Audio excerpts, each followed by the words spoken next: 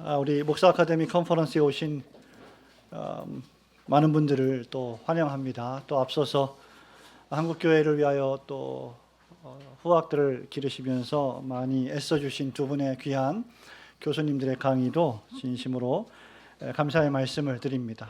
첫 번째, 두 번째 강의 모두 다 여러분들이 은혜 가운데 또 많은 깨달음이 있었으리라고 믿습니다. 제가 강의할 주제는 교리설교의 필요성과 그 실제에 대한 강의입니다. 이 사실 교리설교의 필요성과 그 실제에 대한 강의는 THM 신학 석사 과정의 한 학기 강의 분량입니다. 한 학기 강의 분량을 50분 정도에 한다는 것은 불가능하죠. 그런데 또 그 불가능을 가능하게 하는 것이 교수의 능력이니까 해보도록 하겠습니다. 그런데 쉽지는 않을 것 같아요. 그래서 제가 여러분들 우리 앞서 권고해 드렸지만 우리 교수님들의 강의안들을 또 여러분들에게 필요에 의하면 PDF 파일을 또 이메일로 보내드리도록 하겠습니다. 이 시간에 교리설교가 무엇인지, 그리고 그것이 왜 중대한지, 어떻게 해야 하는지, 이런 어떤 본질적인 문제들을 말씀을 드리겠어요. 그래서 바로 그 본질적인 문제들을 들어가려고 하는데, 그러기 전에 이제 서론으로 좀 말씀을 드려야 될 게, 오늘날 우리가 지금 목사 아카데미 컨퍼런스를 4차례 이제 하면서 주제가 교리교육 및 교리설교의 필요성과 그 실제인데, 사실 그렇게 인기 있는 주제가 아닙니다. 예. 그리고 한국교회 목회자들이 그렇게 주목할 만한 그런 주제도 아니에요. 오늘날 불신자는 말할 것도 없고 신자들마저, 신앙생활을 오래 했던 분들마저 신조와 교리를 무시하죠. 마이클 호튼 박사님이 쓰신 아주 유명한 책이 있죠. Christless Christianity라는 책이 있죠. 그리스도 없는 기독교. 기독교는 기독교인데 그리스도가 안 계신 기독교예요. 신앙은 기독교 신앙인데 그리스도라고 하는 실체가 없는 그런 신앙을 가지고 있는 그런 모습을 풍자한 것이죠. 마찬가지로 그렇게 말씀드릴 수 있을 것 같아요. 교리 없는 기독교, 교리 없는 교회. 교회는 교회인데 교리가 없는 신앙을 가지고 있는 그런 교회들이 너무나 많다. 또 그렇게 설교하는 강단이 한국 교회에 너무나 많다.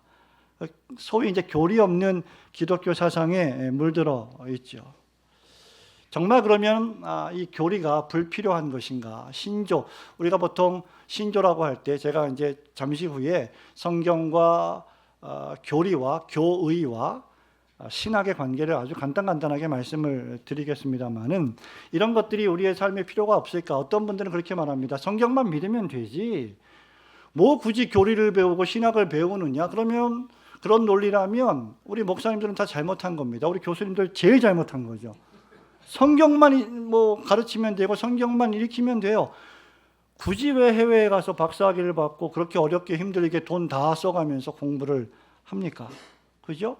그런데 여러분, 야고보서 말씀에 보면 귀신들도 하나님이 한 분이신 줄 믿고 떤다고 했습니다. 귀신들도 하나님에 관한 지식을 가지고 있습니다. 그러니까 지식을 가지고 있는 것이 중요한 것이 아니라 그 지식이 과연 성경적인 지식이냐, 올바른 지식이냐. 여러분, 누구나가 다 강단에서 설교를 합니다. 누구나가 다 내 설교는 성경적이다라고 말을 합니다. 그런데 과연 그것이 성경적인지를 판별해 주는 표준이 무엇일까? 라고 할 때 우리 두 분 교수님이 잘 말씀하신 것처럼 성령께서 최종 재판관이신데 성령께서 기록된 성경으로 최종 판단을 해 주신다라고 말씀을 하셨습니다. 그러면 누구나가 또 이런 질문을 할 수 있겠죠. 누구나가 다 성령을 의지하고 성경을 믿고 성경대로 설교하지 않느냐, 이렇게 말을 할 수가 있을 것입니다.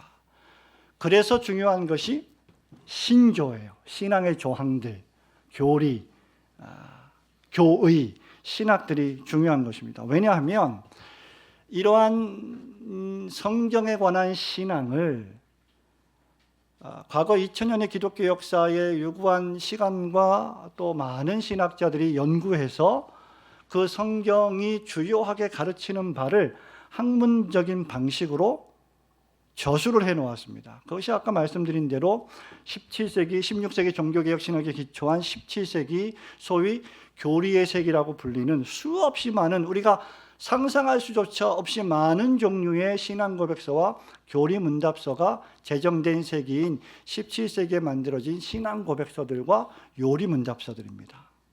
그러니까 역사적으로 교회는 성경적인 원리하에 가르치고 믿는 바를 신조를 통해 요약해 왔습니다. 우리 김병훈 교수님께서 이제 하이데베르그 요리문답을 강조하셨는데, 장로교 전통에 따르면 웨스트민스터 신앙고백서, 대요리문답, 소요리문답, 교회 정치, 예배 모범, 이러한 것들을 우리는 웨스트민스터 표준 문서들이라고 부르죠.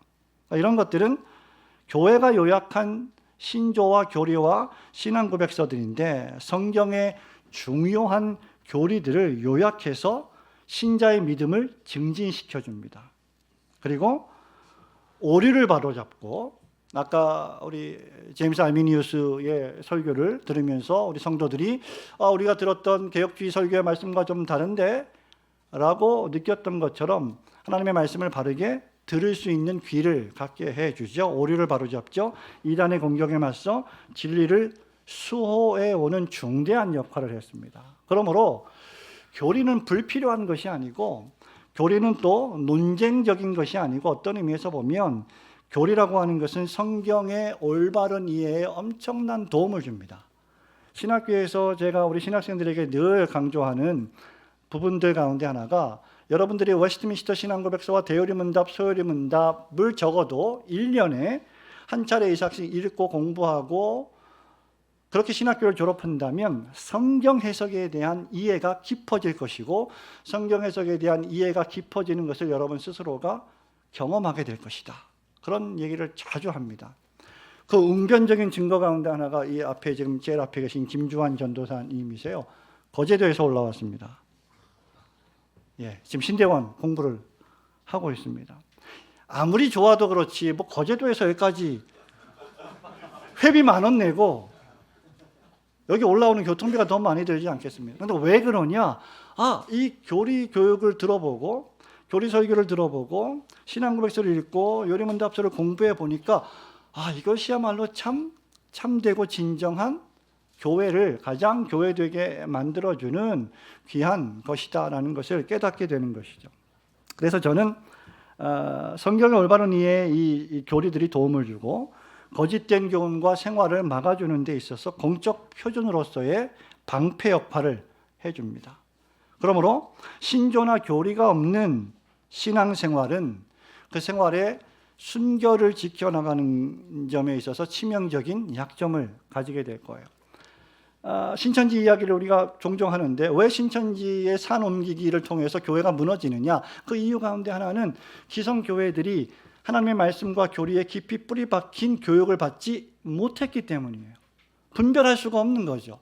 들어보니까 그분들의 말이 다 맞는 것 같고, 우리 교회에서는 그런 것들을 안 가르쳐왔고 하니까 자꾸 신앙생활과 교회생활에 대한 불만이 생기고, 그 불만을 통해서 이제 교회가 점점 분란을 맞이하게 되고 어려움을 겪게 되는 것이죠. 그러므로 역사적으로 기독교회는 여러 신조와 신앙고백서, 교리문답서들을 통한 교리를 통해서 분열된 것이 아니라 오히려 그것들을 통해 기독교 신앙의 정통성을 도전하고 허물려는, 여러 성경적으로 표현하면 포도원의 여우로부터 교회를 지켜온 표준의 역할을 했다는 것입니다. 비근하게 예를 들면 우리 종교개혁 시대에 참된 교회를 지켜왔던 파이브 솔라, 소위 그렇게 오직 5개의 원리들이 있죠. 오직 은혜, 오직 믿음, 오직 그리스도, 오직 성경, 오직 하나님께 영광을. 이런 것들이 무엇입니까? 바로 교회를 로마 가톨릭 교회의 타락한 교리로부터 개혁해내고 참된 개혁교회들을 지켜오고 보수해온 정통 교리들입니다. 기독교회는 역사적으로 신조와 신앙 고백들을 통해서 순수성을 보존해 온 거예요. 그러니까 교리를 가르침으로 교회를 폭발적으로 성장시키고, 요즘 우리 한국 교회에 적지 않은 목회자들이 원하는 것처럼 많은 사람들을 끌어모으기 위해서 교리 교육을 하고 교리 설교를 한 것이 아니라, 하나님의 교회를 순수하고 참되게 보존시키기 위한 목적이 더 컸다는 겁니다. 그러니까 교회를 복음성가 가사처럼 교회되게 하려고 하는 그런 마음으로 이 일을 했다는 것이죠. 그러므로 역사적으로 이 기독교회는 신조와 신앙 고백들을 통해 순수성을 보존해 왔고 적들의 공격을 효과적으로 막아냈고 하나님의 참된 교회의 모습을 드러내 왔던 것입니다. 자, 그 신조와 교리를 우리가 크게 구분할 때 하나는 신앙 고백서, 다른 하나는 캐리키즘, 요리문답서로 구분을 하고요. 신앙 고백서는 말 그대로 정통 역사적 개혁파 교회들이 하나님에 대하여, 사람에 대하여, 그리스도에 대하여, 구원에 대하여, 교회에 대하여, 종말에 대하여, 온 우주와 역사에 대하여 무엇을 믿는가, 그리고 그 하나님께 어떤 영광을 돌릴 것인가에 대한 신앙 고백적 진술입니다. 요리문답서들은 그 신앙 고백서 진술들을 교회에서 성도들에게 어떻게 가르치고 교육할 것인가에 대한 방법이에요. 그래서 웨스트민스터 표준 문서에 따르면 소요리 문답과 대요리 문답이 있죠. 소요리 문답은 여러분 아시는 대로 107문으로 시오로 캐리키즘 이렇게 구성이 되어 있고, 대요리 문답은 196문으로 구성이 되어 있어요. 제가 25년 동안 소요리 문답, 대요리 문답, 교리 문답 교육을 해왔는데 대요리 문답은 말할 것도 없고 소요리 문답이 무엇인지 물어보면 모르는 분들이 너무나 많습니다. 서로 요리하는 거 아니냐? 실제 있었던 일이에요. 실제 25년 전에. 그럼 대요리 문답은 뭐냐 그랬더니 그건 뭐 큰 요리를 하는 게 아니냐. 예, 그럴 듯 하잖아요. 근데 우리가 역사를 조금만 알면 소요리 문답은 어린아이들을 위한 교육 문서이기 때문에 짧고 단순하고 107문밖에 되지 않습니다. 107문도 많죠, 사실. 그럼 대요리 문답은 성인들과 목회자 후보생들을 위한 신앙교육 문답서예요. 그러니까 장로교회라고 하는 간판을 달았다면 그 장로교회는 사실 뭘 가르쳐야 돼요? 대요리 문답을 성인들에게 가르쳐야 돼요. 그런데 소요리 문답도 모르는데 대요리 문답을 어떻게 가르치겠습니까? 너무 어려운 일이죠. 이제 이렇게 강의를 하다 보면 제가 50분 안에 못 끝날 거예요.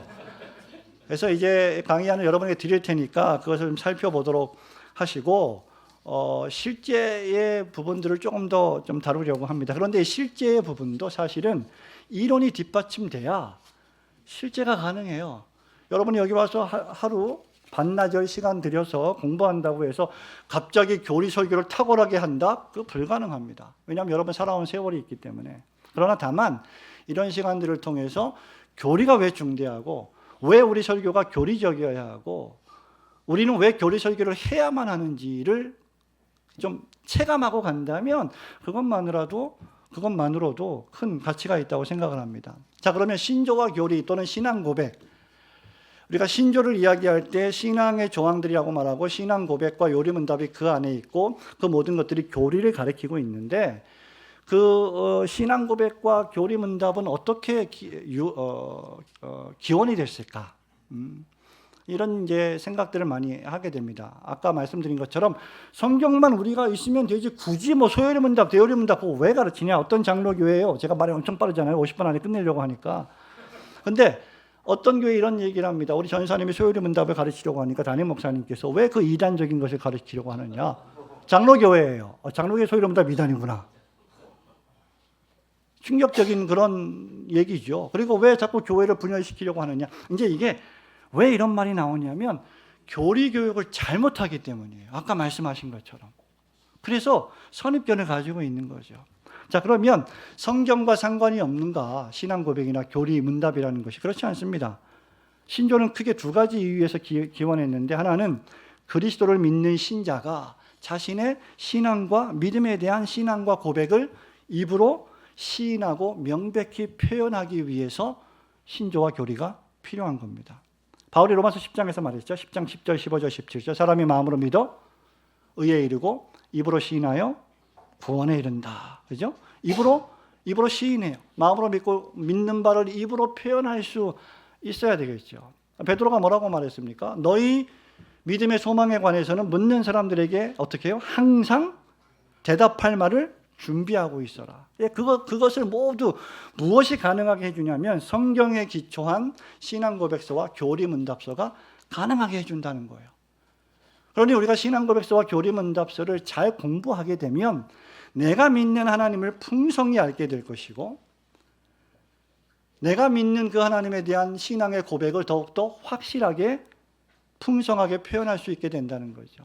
이런 질문이 있을 수 있겠습니다. 교수님, 그러면 우리 신앙의 부모님들은 삼위일체, 아까 말씀하셨는 양태론, 여러 종류의 삼신론, 여러 종류의 삼위일체에 대한 이단, 이런 거 정확히 몰랐어도 구원받지 않았습니까? 구원은 예수님을 믿으면 구원받는 거 아닙니까? 예, 맞습니다. 삼위일체 교리의 엄밀한, 조직신학적으로 엄밀한 분석을 하지 않아도 예수를 믿으면 예수의 공로의 피에 힘입어서 구원을 받지요.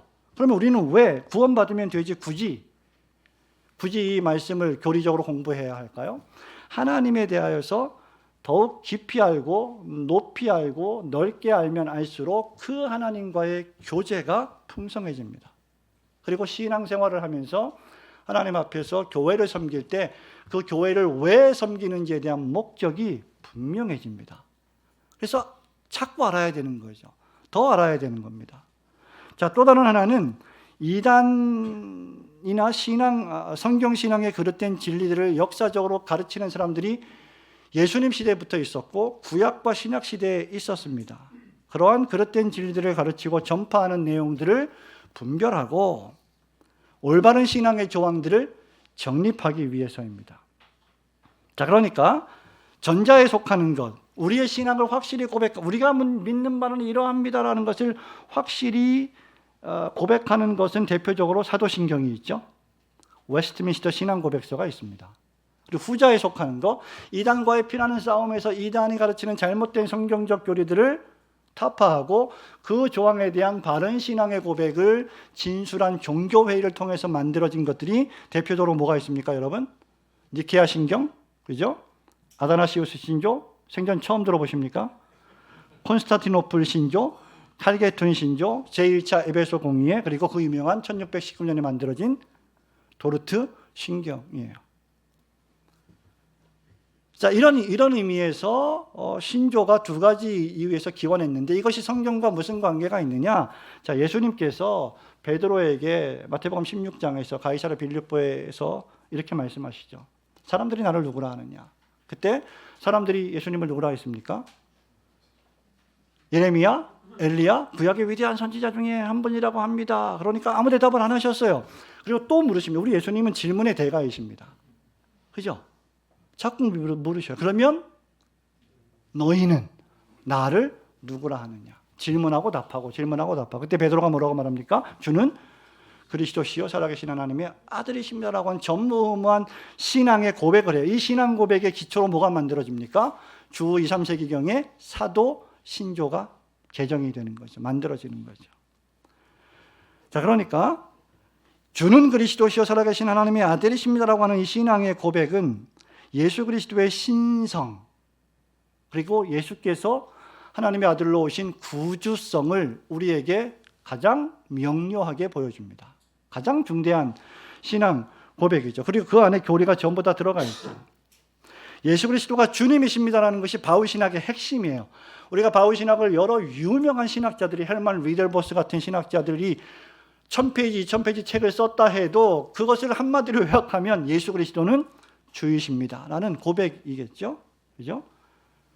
이 고백은 초대교회의 주된 신앙 고백이 되었고, 그 당시에 로마의 네로 황제 도미티아누스의 황제의 숭배를 거절하는 결정적 원동력이 되었습니다. 그러니까 어떻게 보면 신앙 고백은 목숨을 거는 행위였던 것이죠. 자기의 목숨을 걸면서도 이 신앙 고백을 지켰던 거예요. 이렇게 시작된 최초의 신앙 고백이 초대교회에서 주도적으로 사용되었고, 기독교 신앙의 제일 대상이 그리스도이시기 때문에 이 고백은 세례 교육을 할 때, 그리고 세례를 받을 때 가장 먼저 제기되는 질문이었어요. 이 과정들이 있어야 되는 거죠. 세례 교육을 할 때, 입교 교육을 할 때 철저한 사도신경에 대한 교육을 통해서 세례를 베풀게 됩니다. 그러니까 제가 말씀드리는 건 뭐냐면, 요리문답, 소요리문답과 대요리문답은 성경적이다. 왜? 예수님이 질문하고 대답하신 기원을 갖고 있다. 저는 그래서 예수님이 요리문답의 주창자이시다, 이렇게 말씀드릴 수도 있을 것 같습니다. 자, 이처럼 교회는 주님의 물으심에 답해서 담대하게 자신의 신앙을 고백했던 베드로처럼 신앙을 공적으로 고백해야 될 필요가 있는데, 그런 경우가 있는데 몇 가지 경우입니다. 첫 번째, 어떤 사람을 교회의 일원으로 받아들이려고 할 때, 교회의 멤버십을 주고자 할 때 뭘 우리가 물어야 됩니까? 교리를 물어야 돼요. 신앙 고백을 물어야 돼요. 교회의 공식적인 회원이 될 때 그의 신앙 고백이 무엇이냐를 확실히 물어야 됩니다. 그런데 요즘 현대교회 어떻습니까? 교회 사람들이 오면, 교인이 오면 어떻게 해요? 묻지도 않고 따지지도 않고 다 받아들입니다. 예, 보험 광고, 웃으시는 분들은 저와 연배가 좀 비슷하신 분인 것 같아요. 보험 광고처럼 그냥 다 받아, 아무런 신앙 고백 없이도 다 받아서 회원권을 부여하고 공동위에 재직회에 참여하고 교회의 어떤 의사결정 기구에 참여하게 만드는 거죠. 그럴 수 없다는 겁니다. 왜냐하면 중생받은 신자만이, 또 중생받은 이후에 확실한 어떤 삶의 열매를 맺은 자만이 참된 교회의 회원이 될 수 있기 때문이죠. 두 번째, 우리 가운데서 신앙을 고백하여 신앙의 내용을 분명히 해야 할 필요가 있을 때. 그리고 세 번째, 우리가 구세주 그리스도를 따르고 있음을 나타내고 주께 그들도 나아오려고 할 때 우리의 신앙 고백을 통해서 그들을 나아오게 한다는 것이죠. 그리고 네 번째, 이단을 분별해내고자 할 때. 다섯 번째, 교회와 교단 간의 연합을 할 때. 교단 통합, 교회 통합. 오늘날 기준이 무엇입니까? 재산이에요? 세예요? 교세예요? 교회의 숫자예요? 아닙니다. 하나님의 말씀인 성경에 대한 같은 교리적 표준을 가지고 있느냐, 같은 신앙 고백을 하고 있느냐. 우리가 마릴 성도 예수 그리스도와 함께 통합할 수 있습니까? 신천지와 통합할 수 있습니까? 못하죠. 왜 그렇습니까? 우리가 믿고 있는 바가 다르기 때문이죠. 그래서 교단 통합과 교단 간의 연합의 일에 있어서도 표준이 되어야 할 것은 외형적인 어떤 기준들이 아니라 믿고 있는 신앙의 고백, 교리적 표준이어야 한다라는 겁니다. 자, 그러면 이게 이제 서론인데, 두 번째, 성경과 교리와 신조와 신학의 관계를 간략간략 말씀드릴게요. 성경은 무엇이냐? 성경은 여러분 잘 아시는 것처럼 하나님의 말씀입니다. 성령의 감동하심을 입은 40여 명의 기록자들을 통해 하나님께서 직접 기록하여 보존해 주신 하나님 말씀이시고, 그리고 성경의 해석자는 성령이시고 중생받은 신자는 기본적으로 어느 정도 성경을 해석할 수 있는 그런 믿음을 견지하게 됩니다. 하나님께서 구약시대에 신약시대에 여러 방법으로 웨스트민스터 신앙고백서 이승구 교수님 말씀하신 것처럼 제1장 성경 제10항 11항에 또 1항에 따르면 여러 방법으로 그분을 계시하시고 그분의 뜻을 교회에 전달해 주신 하나님의 말씀이에요. 성경은 하나님의 말씀입니다. 그런데 이 말씀을, 이 진리를 더 잘 보존하고 전파하며 교회를 더 견고하고 든든히 세우기 위해 이 진리의 말씀을 기록하는 것을 기뻐하셨다. 성경에 하나님께서 이 성경을 기록하게 만드신 것을 하나님이 주도하셨고 그걸 기뻐하셨는데 그 이유는 무엇이냐? 우리의 믿음을 더 잘 전파하고 교회를 더 견고하게 세우기 위함이다. 이런 신앙의 고백들을, 진술들을 누가 하고 있어요? 웨스트민스터 신앙고백서 1장, 2항, 10항, 11항이 하고 있단 말이에요. 그래서 역사적 개혁파 신조를 저는 상당히 강조하는데 Historical Reform Confession, 우리가 고백하고 있는 외민 신앙고백서, 벨직 신앙고백서, 하이델베르크 교리문답, 이 모든 것들은 다 무엇입니까, 여러분? 역사적이에요. 어느 날 갑자기 하늘에서 뚝 떨어져 와서 신사도주의자들처럼 계시를 받은 게 아니란 말이에요. 설교 준비할 필요 없죠. 너무 편하죠. 하나님 오늘 아침 우리에게 계시를 주셨습니다. 성경 펼쳐서 계시받은 말씀을 설교. 공부할 필요가 없습니다. 그게 아니죠. 유구한 역사를 통해서 하나님의 말씀인 성경을 밝히 해설해 놓은 것들이 바로 신앙 고백서예요. 자, 그러므로 성경은 하나님의 말씀으로서의 권위가 있고 이 권위를 우리는 궁극적 권위, 제1의 권위라고 부를 수 있습니다. 모든 신앙적 논쟁을 결정하고 공의의 법령들과 역사 속의 모든 사람들의 견해를 판단하는 최종적이며 궁극적 표준은 오직 성경뿐이에요. 자, 그러면 교리는 뭐냐? doctrine, 교리는 뭐냐라고 할 때 교리는 이 기록된 하나님의 말씀이 가르치고 있는 교훈이 교리입니다. 디모데가 목회했던 에베소에 다른 교리를 가르치는 자들이 있었어요. 이들은 바른 말씀, 디모데전서 6장 3절에 바른 말씀에 창념하지 않는 사람들이었습니다. 그러니까 다른 교리를 가르치는, 성경에 위배되는 교리를 가르치는 사람들이 있었던 것처럼 너희들은 성경에 일치하는 교리를 가르쳐야 한다라고 바울이 디모데에게 말을 하고 있는 거죠. 그래서 어떤 의미에서 어떤 신학자는 교리는 하나님의 말씀과 같다라고 주장을 하기도 합니다. 교리는 하나님의 말씀이라는 것이죠. 말하자면 교리적 설교는 그런 의미에서 성경적 설교와 같다라는 거예요. 복음적 교리에 우리가 믿고 있는 이 기독교의 복음은 복음적 믿음의 기초에 있고, 이 교리는 복음에 적합한 응답의 방식을 결정합니다. 마치 인간의 몸에 힘과 형태를 부여하는 뼈가 없다면 허물어지고 무너지듯이 약하기 쉽죠.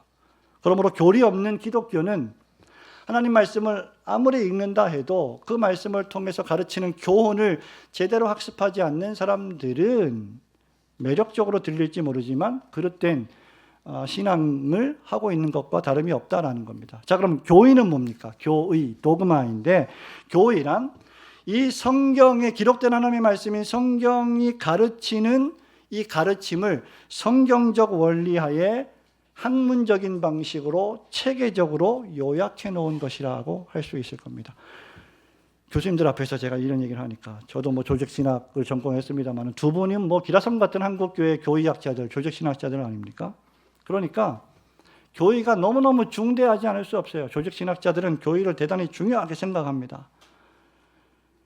역사적으로 서론에 살펴본 것과 같이 교회 공의회가 제정한 종교개혁적 신앙고백서들과 교리문답서들이 여기에 속합니다. 다 건너뛰고, 예를 들면 우리가 보통 이 성경에 보면 구원론을 말하고 있죠. 구원론의 9가지 순서가 있지 않습니까? 소명, 중생, 회개, 믿음, 칭의, 양자, 성화, 견인, 영화. 이게 이제 교의학적 구분입니다. 그런데 성경은 그렇게 체계적으로 어떤 한 구절에서 그렇게 말하고 있지 않죠. 이건 교의학적 구분인 거예요. 예를 들면 로마서 8장 30절을 보십시오. 하나님께서 미리 정하신 자들 또한 미리 부르시고, 부르신 자들 또한 의롭다 하시고, 의롭다 하신 자들 또한 영화롭게 하셨느니라. 여기에는 구원론이 몇 가지가 나오겠습니까? 3가지, 4가지. 예정을 제외한다면 뭐예요? 칭의, 그죠? 부르심, 소명, 칭의, 영화. 다 건너뛰는 거예요. 그렇다고 해서 그 안에 구원론의 9가지 서정이 없습니까? 다 있죠. 근데 왜 성경은 이 3가지만 이야기할까? 로마서의 대가이신 김병훈 교수님이 계시지만 로마서 8장은 뭘 말하고 있습니까? 성도가 받은 구원의 certainty, 확실성을 말하고 있죠. 그러니까 다 가르칠 필요가 없는 거예요. 부르신 자들을 하나님이 의롭다 하시고, 의롭다 하신 자들을 영화롭게 하셨다라고 말하면 그걸로 충분한 겁니다. 그게 성경과 교의의 구분이라고 할 수 있겠죠. 자, 그럼 신학은 무엇이냐? 신학은 문자 그대로 하나님에 관한 학문 또는 담론입니다. 우리는 모든 종류의 신들의 학문을 말하고 있지 않고 신학에 대해서 말하고 있습니다. 기독교 신학은 기독교적 방식으로 하나님을 탐구하는 학문입니다. 자, 그러면 기독교적 방식으로 신학을 탐구한다는 것은 2가지를 의미하는데, 성경과 성경에 대한 역사적 진술들을 통하여 하나님에 대하여 논한다는 것을 뜻합니다. 그러므로 신학을 한다는 것은 기독교 신앙에 대한 기본적 개념들을 조직적으로 생각하는 것을 뜻합니다. 맥그라스는 신학이란 기독교 신앙의 행위와 내용과 의미를 지성적으로 성찰하는 일이다, 이렇게 말하고 있어요. 이런 의미에서 이제 우리 신학대학원에는 4가지의 신학의 분과가 있죠. 성경신학, 교회신학, 역사신학, 실천신학. 이런 것들이 신학이에요. 자, 그러면 제가 지금 신학과 교리, 성경에 대해서 말씀을 드렸습니다. 성경에는 궁극적 권위가 있지만 교리와 교의와 신학에는 어떤 권위가 있느냐? 파생적 권위가 있는 거죠. 하나님의 말씀이 성경으로부터 주어지는 권위가 있습니다. 그러므로 여러분들보다 어쩌면 지금 공부를 하러 오신 여러분들보다 사실은 누가 더 신학적 권위가 있습니까? 권위가 없네요, 우리들이. 우리 두 분의 교수님, 저를 제외하고 훨씬 더 권위가 있을 거예요. 왜? 신학의 전문가이시기 때문에. 그죠? 그러니까 우리는 우리 시대에 이런 권위가 대단히 무너져 있지만 그럼에도 불구하고 우리가 성경을 바르게 이해하고 신앙한다면 이런 권위들을 세울 줄 알아야 됩니다. 왜냐하면 이것이 교리교육에도 매우 중요하기 때문이죠. 자, 이제 세 번째 넘어가겠습니다. 교리 설교의 필요성과 그 실제예요. 한 학기 분량을 50분 동안 해야 되니까 이렇게 빨리 하는 점을 양해해 주시기 바랍니다. 자, 교리 설교가 뭐냐라고 말할 때 저는 두 가지로 말할 수 있을 겁니다. 첫 번째는 목사의 모든 설교는 교리적이어야 한다. 필연적입니다. 교리적 설교는 두 가지를 함의하고 있는데 모든 설교에 성경적 근본 교리가 녹아들어 있어야 한다는 말입니다. 다른 하나는 역사적 개혁주의 신앙고백서와 교리문답서를 설교할 줄 알아야 한다는 거예요. 하지만 우리가 역사적 신조와 교리문답들을 설교할 때 그것을 교의학적으로만 설교한다면 논쟁을 좋아하는 사색가들을 만들어내는 경향으로 치우칠 위험이 있습니다. 김병훈 교수님 말씀하셨는데 저도 역시 초창기에 열심히 특심해서 마가 왜 나오나 지금 시작하자마자 소요리 문답, 하이델베르그 요리 문답 막 그렇게 열심히 가르치는 열심히 있었습니다. 열심히 대단히 좋지만 자칫 잘못하면 논쟁을 좋아하는 사색가들을 만들어내는 위험을 가지고 있다. 자, 그러므로 참된 성경적 설교란 교리적이어야 할 뿐만 아니라 체험적이며 동시에 실천적이어야 한다. 여러분, 왜 자꾸 우리가 교리 설교를 실패하느냐 하면 그 이유 가운데 하나가 뭐냐면 교리를 체험하지 않고 가르치기 때문이에요. 이건 교리에 문제가 있는 게 아니라 교리를 가르치는 설교자에게 문제가 있는 겁니다.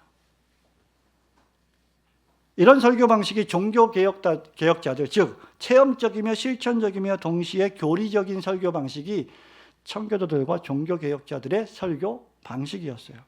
조엘 비키 박사님은 성경적 설교를 정의하면서 교리와 체험, 실천의 요소를 모두 갖추어야 한다. 이렇게 말하고 있습니다. 교리적인 설교는 논쟁을 좋아하는 사색가들을 만들어내는 경향이 있었다. 또 체험적인 설교는 우리의 내적인 감정을 지나치게 강조함으로써 진리와 실천을 소홀히 여기게 만들 수 있으며 실천적인 설교는 자칫 인간 중심적이고 독선적인 것이 되어 그리스도와 그분의 복음을 낮추는 결과를 가져올 수 있다. 이렇게 경고를 하고 있습니다.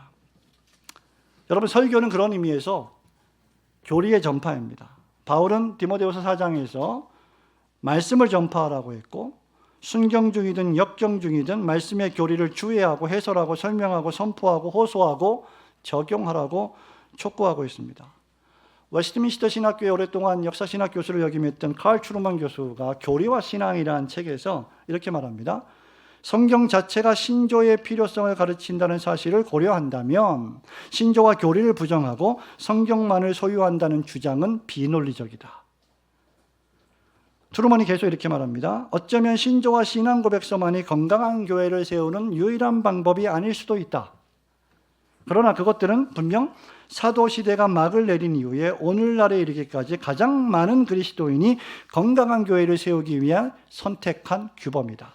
신조를 부정하고 교리를 부정하고 성경만을 유일한 신조로 내세우는 교회가 건강한 교회로 자랄 수 있다는 증거는 역사 속에서 거의 찾아볼 수 없다. 16세기와 17세기에 너무나 일상적이고 너무나 당연했던 교리 설교와 교리 교육은 21세기에 들어서서 너무나 낯선 것으로 둔갑해버린 것이죠.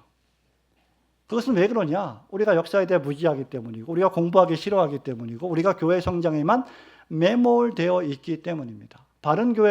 우리는 바른 교회를 세우기 위해서 죄인들에게 복음을 전하고 죄인들로 하여금 죄를 회개하고 예수 그리스도를 구세주로 영접하고 하나님 나라의 백성이 되기 위해서 설교하는 것이지 사람들을 예배당에 가득 모으기 위해 설교하는 것이 아니기 때문이죠. 그런 의미에서 교리적 설교가 치명적으로 중대하다는 겁니다. 자, 그러면 왜 교리 설교해야 하느냐? 무엇보다도 전 성경이 교리를 강조하기 때문입니다. 이건 뭐 아무리 강조해도 지나치지 않죠. 창세기부터 요한계시록까지 전 성경이 교리를 말하고 있어요. 여러분 창세기 1장 1절 태초에 하나님이 천지를 창조하시니라. 이 짧은 한 구절의 말씀에 교리를 빼놓고 어떻게 설교할 수 있겠습니까? 어떤 교리를 말할 수 있겠어요? 조직생활적으로 말하면 어렵게 말씀하지 말라 그랬는데 김병훈 교수님이 신론, 그죠? 하나님에 관한 교리 또는 하나님에 관한 가르침. 어떤 하나님? 선지하신 하나님, 전능하신 하나님, 영원 전부터 계셨던 하나님, 시간을 창조하신 하나님, 역사의 주인이신 하나님. 어마어마한 하나님에 관한 교리를 창세기 1장 1절이 말하고 있습니다. 요한계시록 마지막 장 2절도 똑같은 종말의 교리를 말하고 있습니다. 그러므로 교리적 설교는 필연적이에요. 성경을 설교한다 하면 교리 설교해야 됩니다. 두 번째, 역사적으로 보면 교리란 공교회가 고백해온 것들이기 때문입니다. 어떤 분들이 이렇게 말합니다. 아니 교수님, 목사님, 이 교리는 장로교가 만들어낸 거고 하이델베르그 요리문답 이런 거, 벨직 신앙고백서 이런 것들은 네덜란드 개혁교회가 교회가 만들어낸 거 아닙니까? 이거는 분파적이지 않습니다. 절대 그렇지 않죠. 사도신경이 분파적입니까? 아니죠.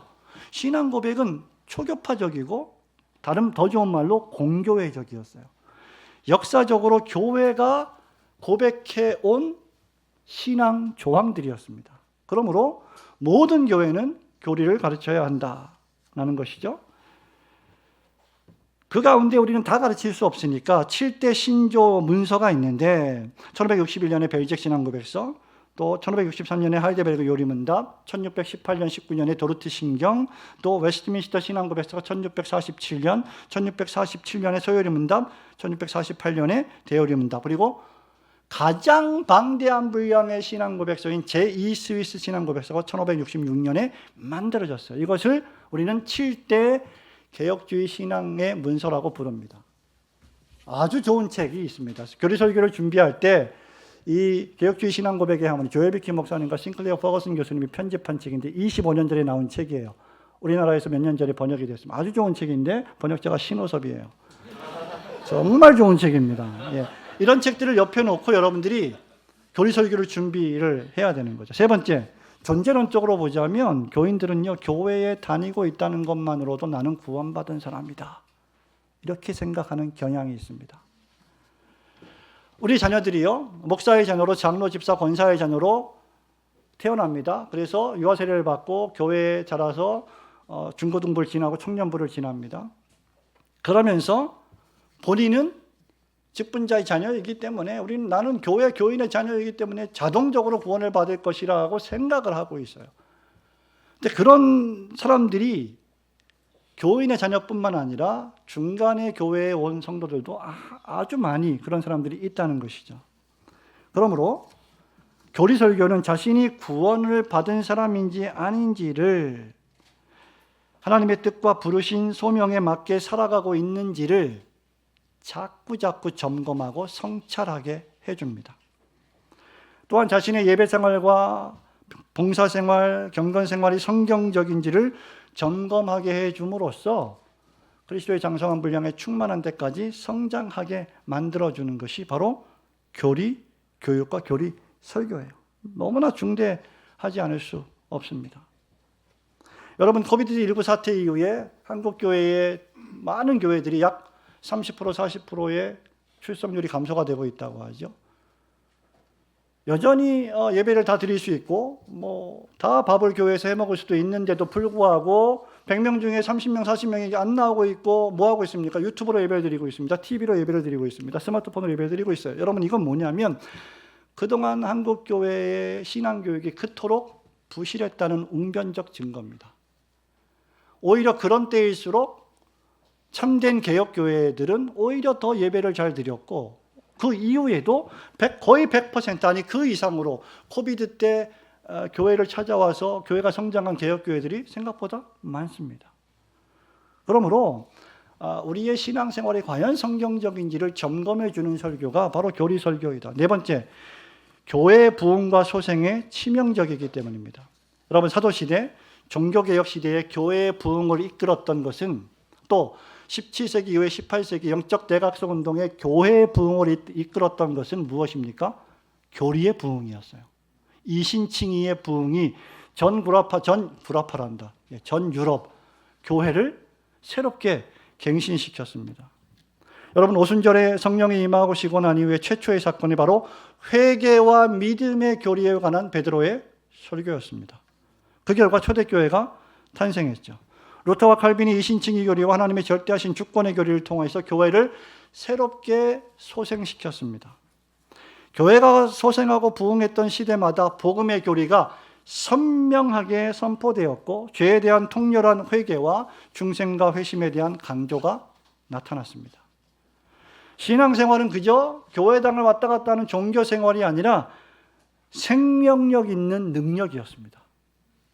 마지막으로 교리설교는 개혁주의 장로교 신학의 뼈대를 보여줍니다. 창조, 타락, 구속, 회복, 새창조, 영광 등의 성경의 큰 주제들과 성경의 역사들을 잘 보여주고 있습니다. 우리가 성경의 어디를 펼쳐보아도 우리는 교회를 제외하고 설교할 수 없게 됩니다. 교수님, 바울 서신 같은 경우에는 교리 설교할 수 있겠지만 내러티브가 가득한 구약 성경으로 교리 설교할 수 있을까? 예, 충분히 할 수 있습니다. 내러티브 안에 전부 교리가 담겨 있기 때문이죠. 자, 이걸 공부하기 원하시면 고려신학대학원에 오시면 됩니다. 예, 합동신학대학원 대학교도 가시면 김병훈 교수님한테 교리 설교를 배우게 될 것입니다. 여러분, 요한계시록을 올바로 설교하려면 전투적 교회와 승리적 교회라는 교리적 개념을 가지고 있어야 돼요. 그죠? 지성의 교회와 천성적 교회라는 교리를 견지하고 있어야 돼요. 종말론에 이미 성취된, 그리고 아직 성취되지 않은 교리의 개념들을 가지고 있어야 계시록을 이상하게 해석하지 않고 이상하게 설교하지 않고 성경적으로 설교할 수 있게 된다는 거죠. 그러니까 교리를 공부하지 않을 수 있겠느냐 말입니다.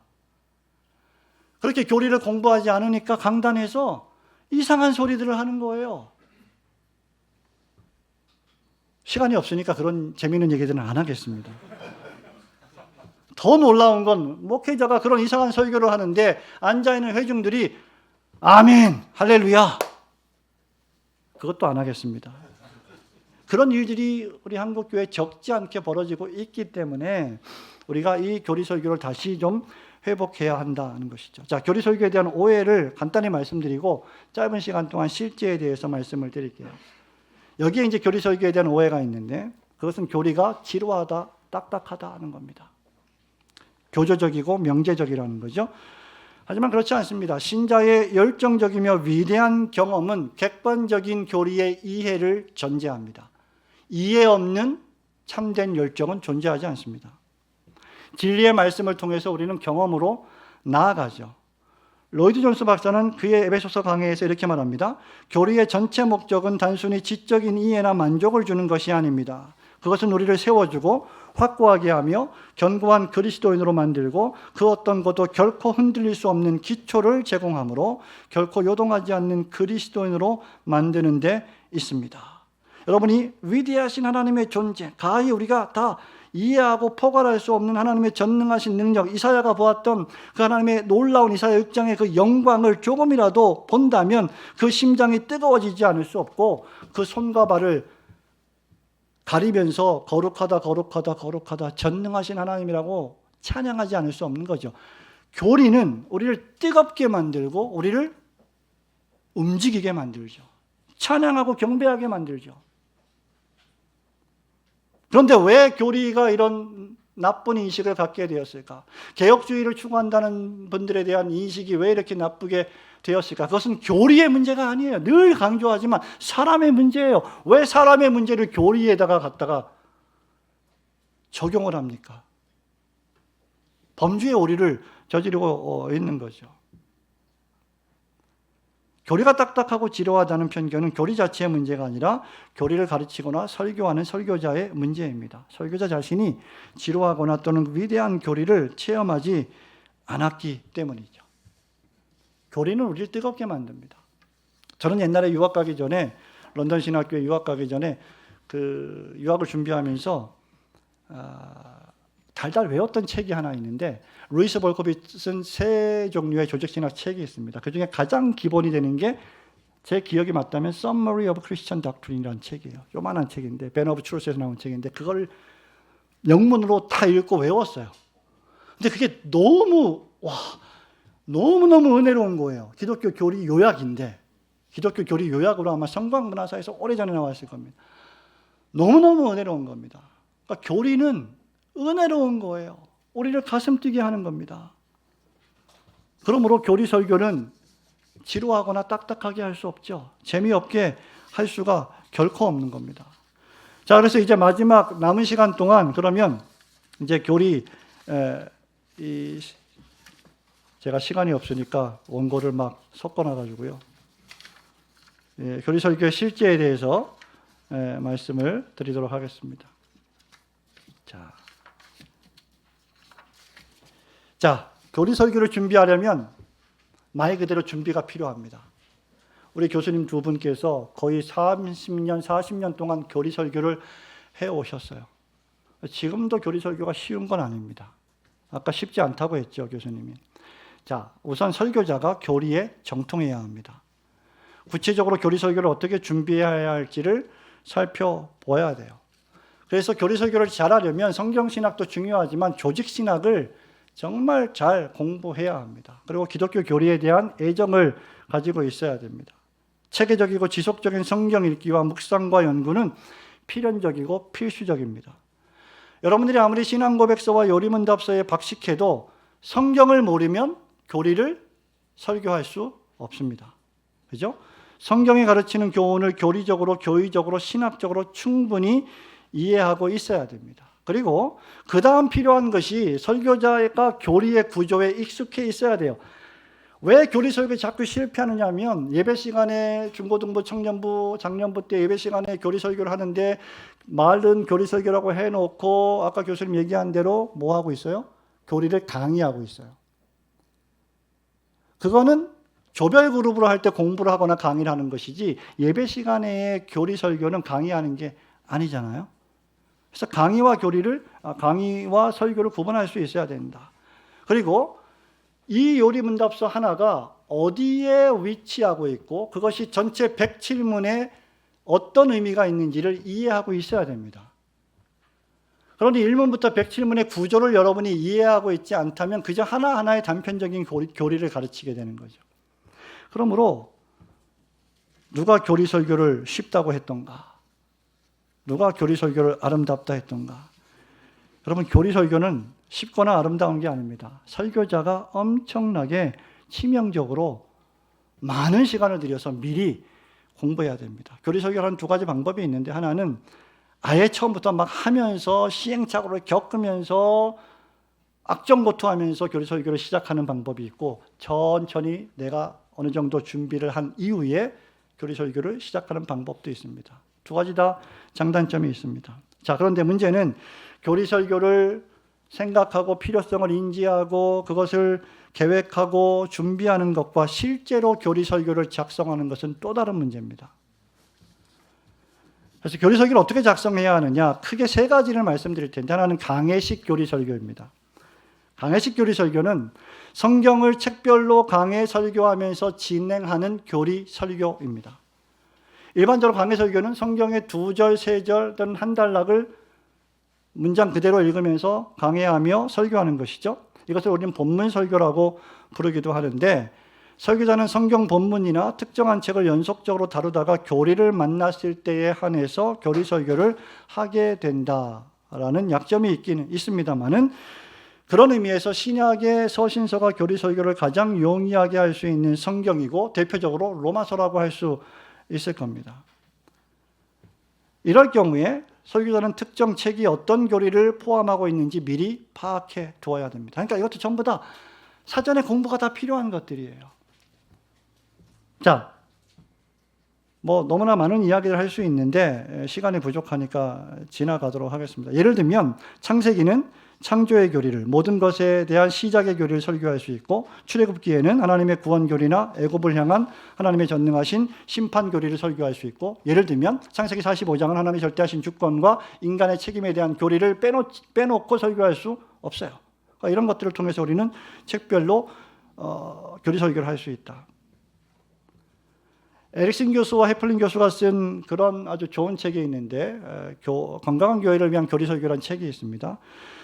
이분들이 이런 강해식 교리 설교를 하기 위해서 설교자는 적어도 그 책을 25번 정도 통독하면서 익숙해져야 할 것을 권고합니다. 누가 교리 설교를 아름답다 했던가. 두 번째, 주제식 교리 설교입니다. 자, 주제 설교는 그 정의상 정치, 경제, 사회, 법과 같은 인간의 삶의 다양한 영역과 배경에서 제기되는 개인적인 혹은 사회적인 문제들을 다루는 설교라고 해플린 교수와 에릭슨 교수가 정의를 하고 있습니다. 하지만 제가 제시하는 주제 설교는 단순히 사회적 이슈나 개인적 삶의 문제를 다루는 설교가 아니라 성경의 거대한 주제들, 예를 들면 계시론, 성경론, 하나님이 누구신가, 신론, 그리고 인간론, 인죄론, 기독론, 구원론, 교회론, 종말론, 이러한 큰 교회신학의 7가지 분과, 그리고 그 안에 있는 아주 또 다양하게 세분화된 교리적인 주제들을 교회에서 설교하는 겁니다. 아까 말씀드린 것처럼 구원론을 세분화해서 구원의 서정 9가지를 연속적으로 설교할 수 있죠. 본문은 로마서 8장 30절을 본문으로 할 수도 있을 겁니다. 이 경우에 설교자는 각 주제에 가장 적당하고 알맞은 또는 각 주제를 가장 포괄하고 있는 성경 본문을 선택해야 됩니다. 마찬가지로 성경을 모르면 교리 설교를 할 수가 없는 거예요. 자, 세 번째, 개혁파 신조 교리 설교입니다.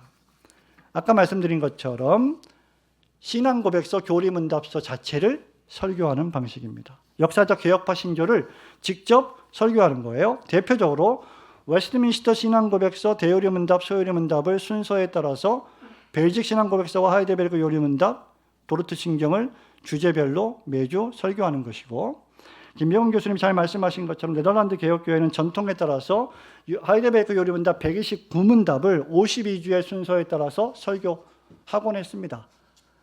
우리 교회가 현재 하이델베르크 요리문답 49강까지 진행을 하고 있습니다. 예를 들어 소요리 문답 2문, 3문을 설교한다고 치자라고 한번 가정을 해보죠. 소요리 문답은 1문답밖에 없어요, 사실은. 왜냐하면 물어보면 1문답밖에 모르거든요. 장로교 교인들이.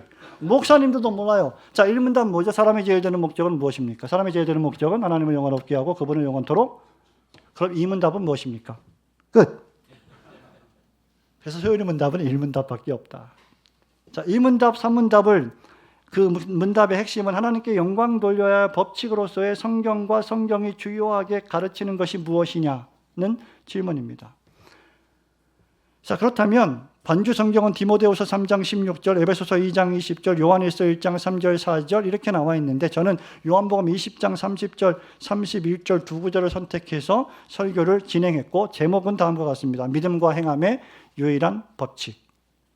대지 1. 하나님께 영광 돌리기 위한 법칙. 두 번째 대지 믿음의 책인 성경. 세 번째 행함의 책인 성경. 이것이 전체 소요리 문답의 두 구조를 말해주고 있는 서론격이에요. 1, 2, 3문이 소요리 문답의 서론이잖아요.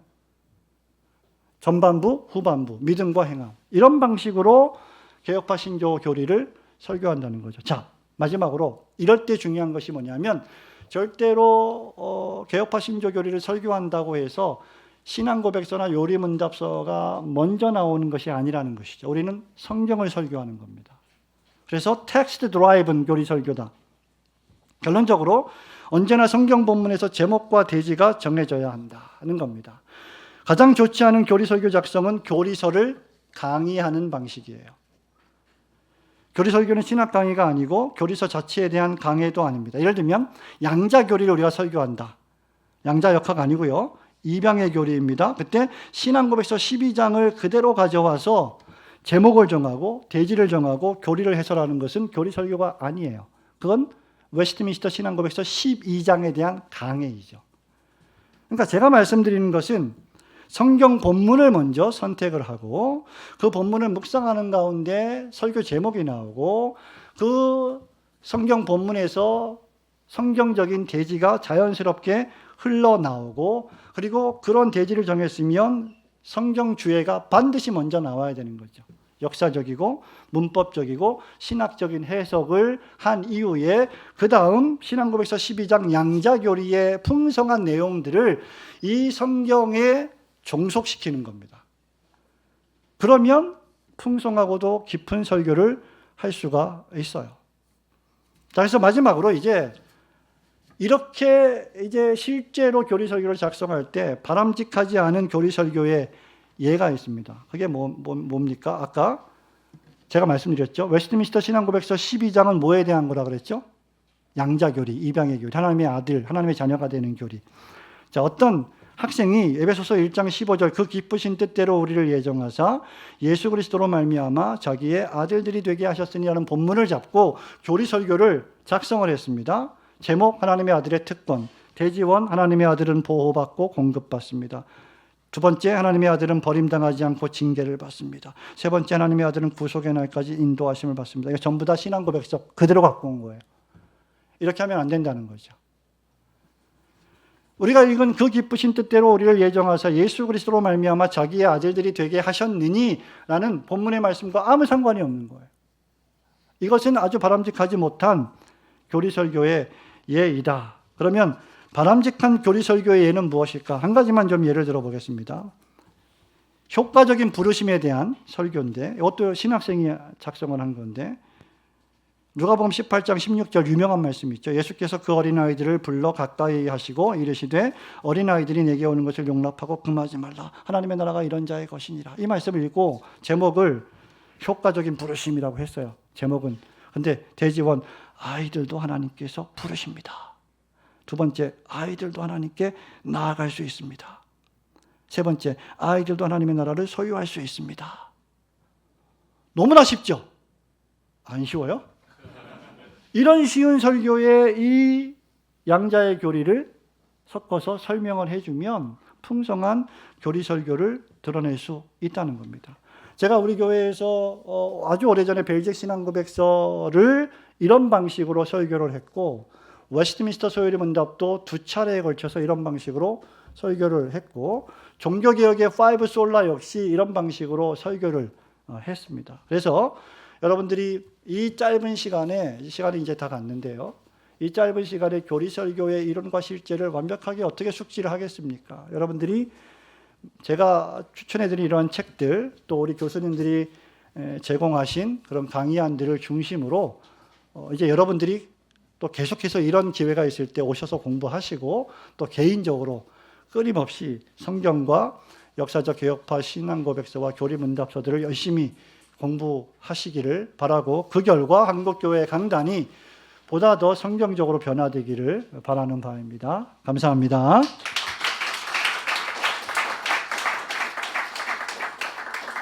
제가 몇 가지만 광고의 말씀을 드리겠습니다. 자, 이제 지금 4시 3분인데요. 4시 한 35분까지 세독 전시회 겸 쉬는 시간을 좀 가지시고, 우리 오른쪽에 아까도 광고했습니다마는 좋은 씨앗과 개혁된 실천사에서, 그리고 우리 세 분의 교수님의 저서를 30%에서 40% 가까이 할인해서 여러분들에게 제공을 하고 있습니다. 참조해 주시면 좋겠고요.